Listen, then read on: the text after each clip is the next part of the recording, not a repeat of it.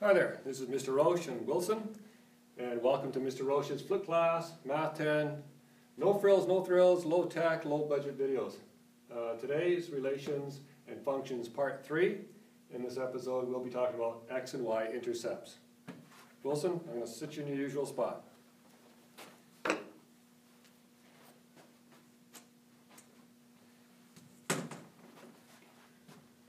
Okay, X and Y intercepts. We can find those using a graph, we can find them using a table of values, or we can find them using an equation. So we'll be doing all three today. Now, it says here, X and Y intercepts from a graph. Well, that's pretty simple. The x-intercept is where the graphed line crosses the x-axis, whereas the y-intercept is where the graphed line crosses the y-axis. So let's have a look what this looks like. Okay, so here we have two lines on here. A blue line, I called it B, and a red line, I called it A. Let's do the red line first because it's A. So my x-intercept is equal to where the line crosses the x-axis, which is right here. So that is -2. The y-intercept is where the red line crosses the y-axis, which is here at -1. Done. It's just that simple. Let's try the blue one.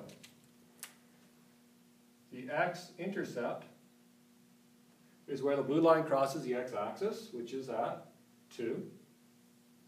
And the y-intercept is where the blue line crosses the y-axis. -1, -2, -3, -4. Done. Sometimes they'll ask us to draw a line and they'll give us the y-intercepts, or the x and y-intercept, and possibly we had to calculate those first, which you'll see how to do in a bit. Okay, so let's say I want to put line C in and I know the x-intercept is at 3, 1, 2, 3, and the y-intercept is at 2, 1, 2. Now I just join those with a nice straight line, and there's my line. Okay? Okay. What if we don't have a graph? Well, maybe we have a table of values. Quite simply, the x-intercept is where y is equal to 0. Notice, where y is equal to 0.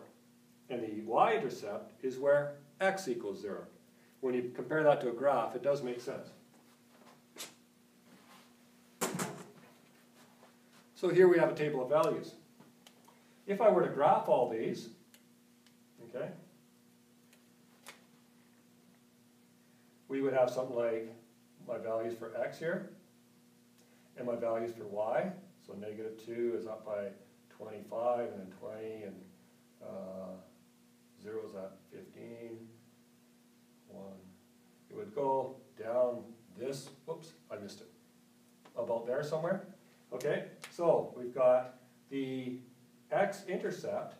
This is where there's no y value. Y is 0, and the x-intercept is where the y-intercept is where x is 0, because we didn't go left or right.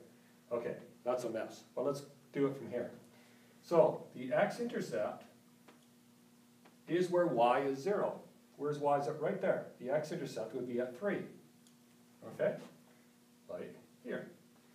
And the y-intercept is where x is 0. Where's x 0? Right there. The y-intercept would be 15. So that would be like here. Get the idea? Okay.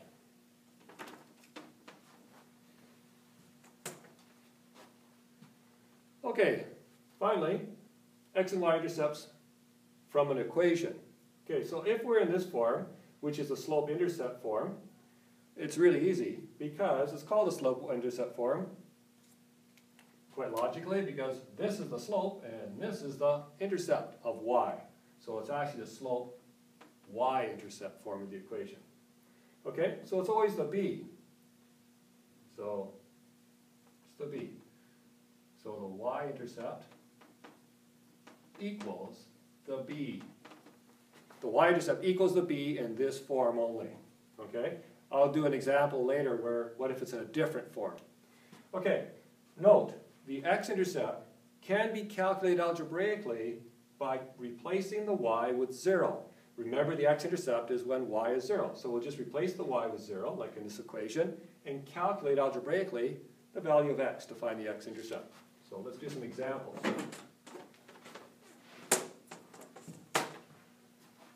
Okay, for our first one, the y-intercept is equal to b, so it's 5. Okay, but what about the x-intercept?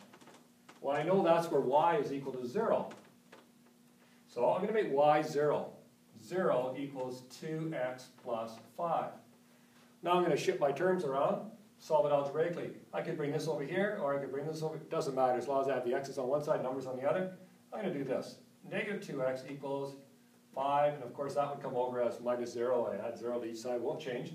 So now I'm going to divide each side by negative 2, and x equals negative 2.5. Negative 2.5. Of course, I could have called it negative 2 1/2. I could even have left it as negative 5 over 2. But this would be the easiest one to graph. Okay, let's try another one. Make y equals 0. Oh, sorry. Y-intercept is equal to negative 2. The x-intercept, I'll make y equal to 0. There it is. Equals, I'm going to make y equal to 0. Negative x minus 2. I'll bring this over as x equals negative 2. That comes up. It's done. So x equals, the x-intercept is negative 2. Purely coincidence, that's the same. It all makes sense though. Check it out. Y is negative 2. 1, 2. X is negative 2. 1, 2. It is a 45-degree line going downhill. It's got a negative slope, and for every 1 I go over, I go down 1. So it's a negative 1 slope, and that makes sense because my coefficient of x, my value of m, is negative 1. It all fits together. Okay, let's try this type. That's in standard form right now. I can't tell you what the x and the y-intercepts are right off the bat, so I'm going to find them. I'm going to calculate them algebraically. So my x-intercept, remember that's when y equals 0. So I'm going to make the y equal to 0. 2x plus 3 times 0 equals 12. So that's 2x, that's obviously 0, equals 12. So x, if I divide this out by 2, would be 6. Let's find the y-intercept. I'm going to make the x equal to 0. So 2 times 0 plus 3y equals 12. Obviously that's 0. So I have 3y equals 12. Y must be 4. So the y-intercept is 4. And it's just that easy. Now in real life applications, when we start doing graphs and so forth,